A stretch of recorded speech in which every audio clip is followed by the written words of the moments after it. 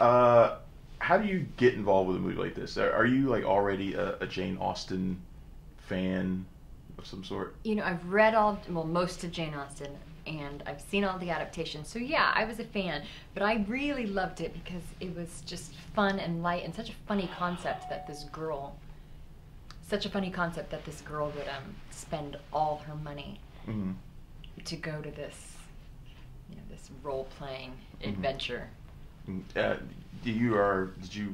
read the book by Shannon Hale, of course. Did she work with you?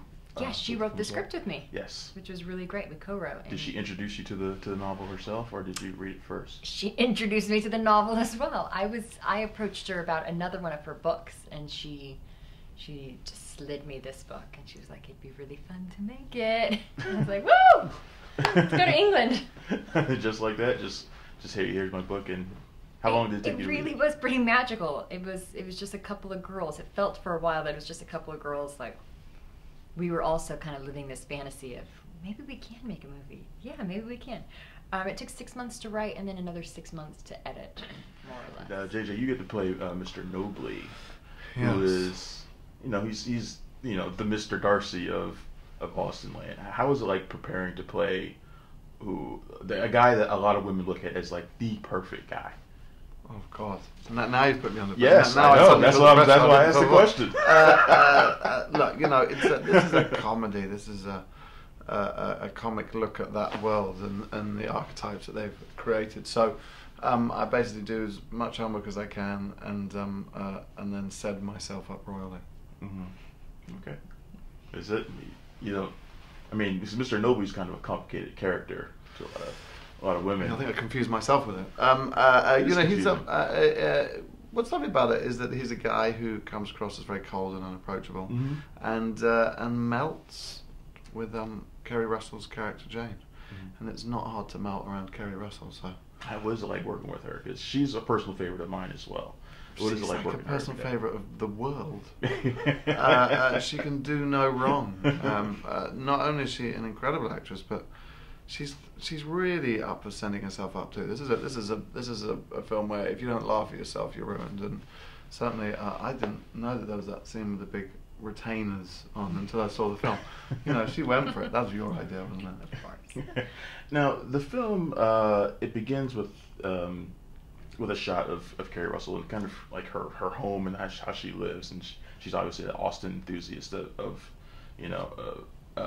really up there as an Austen enthusiast. We could say freak. A freak, yes. I'm trying not to say that, but actually, you saying that is kind of it goes towards my question, because there are people that are huge Jane Austen fans like that out there. How do you kind of walk that line between like offending them, kind of, and also showing respect for them as Absolutely. Well. We knew that line was there, and the movie is for those fans. I mean, we're making this movie for you, Janeites, because it's the story of, it's a great homage to what they believe in and what they love so dearly. But then again, it's also a story for people who think those guys are funny. And so you do have to balance both of them. And I think in the end we do it sweetly, and Keri is a wonderful human. I mean, Jane was a wonderful human. She just was kind of trapped in her same thing. She was like at risk of, dying in that room of suffocation by doilies. And so, we don't say throw away your Jane Austen books. We say just, live your life, form good relationships, and figure it out. But reading is good. There's a line in the film where she says the only good men are fictional, and I think that is absolutely true. Okay. Thanks a lot. Okay, no, it's true. And but see, most people. Are we fictional? No, the best men are like creative. Right. Cinema men are fabulous, but they don't exist in real life. And if they do, it's true.